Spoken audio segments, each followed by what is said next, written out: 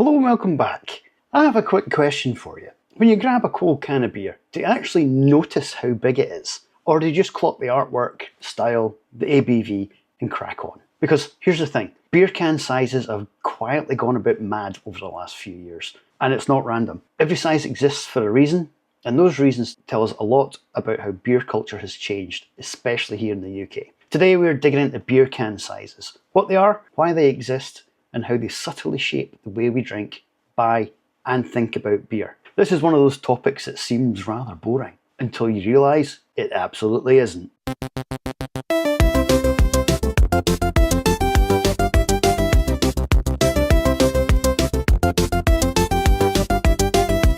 It's Monday, don't groan, don't fear. The Bearded Beer Blog bloke is here. Talking nonsense, beard on show. Grab a brew and watch him go. So beer can size isn't just about volume, it's about intent. Different sizes suit different drinking occasions. A quick fridge beer, this deserves attention beer, a shareable beer, or this is all I'm drinking tonight beer. Historically, beer packaging in the UK was fairly predictable.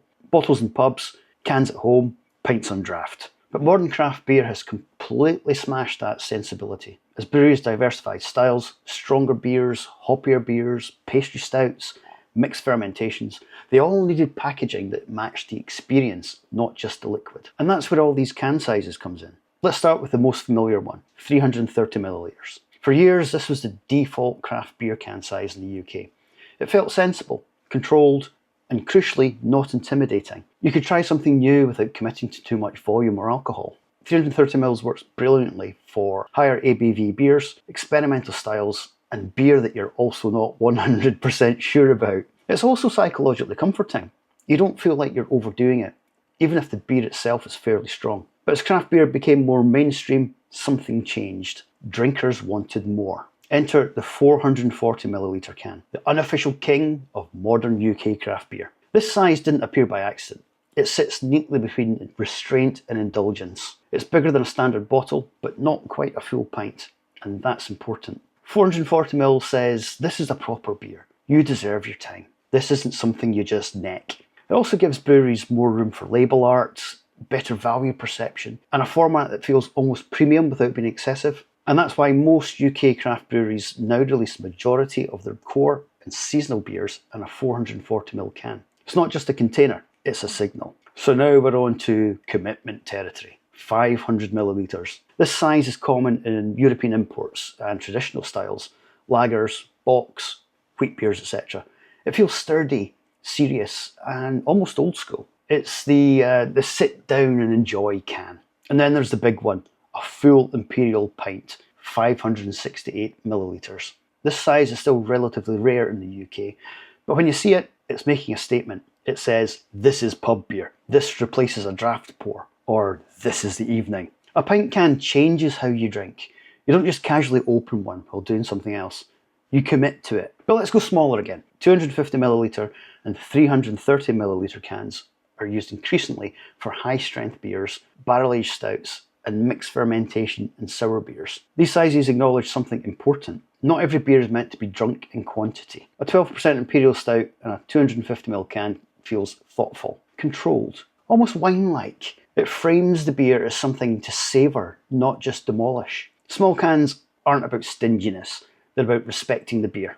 And now we're moving on to some of the weird stuff. And I mean that lovingly. 1 litre cans, crowler style fills, and oversized share cans can exist for a very specific reason, occasion drinking. These are the beers you open with mates, or take to a barbecue, or pour into glasses. They blur the line between packaged beer and draft beer. They're not everyday formats, and they're not supposed to be. Their existence proves that beer can sizes aren't about convenience anymore. They're about experience design. So here is where it gets a little bit psychological. A 330ml can feels harmless. A 440ml can feels satisfying. A pint can feels like a decision.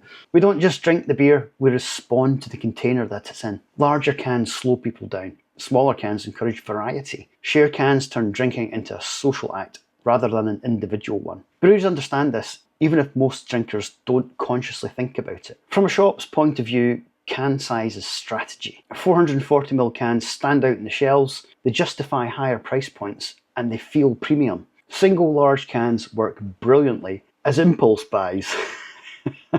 Smaller cans work better in mixed packs.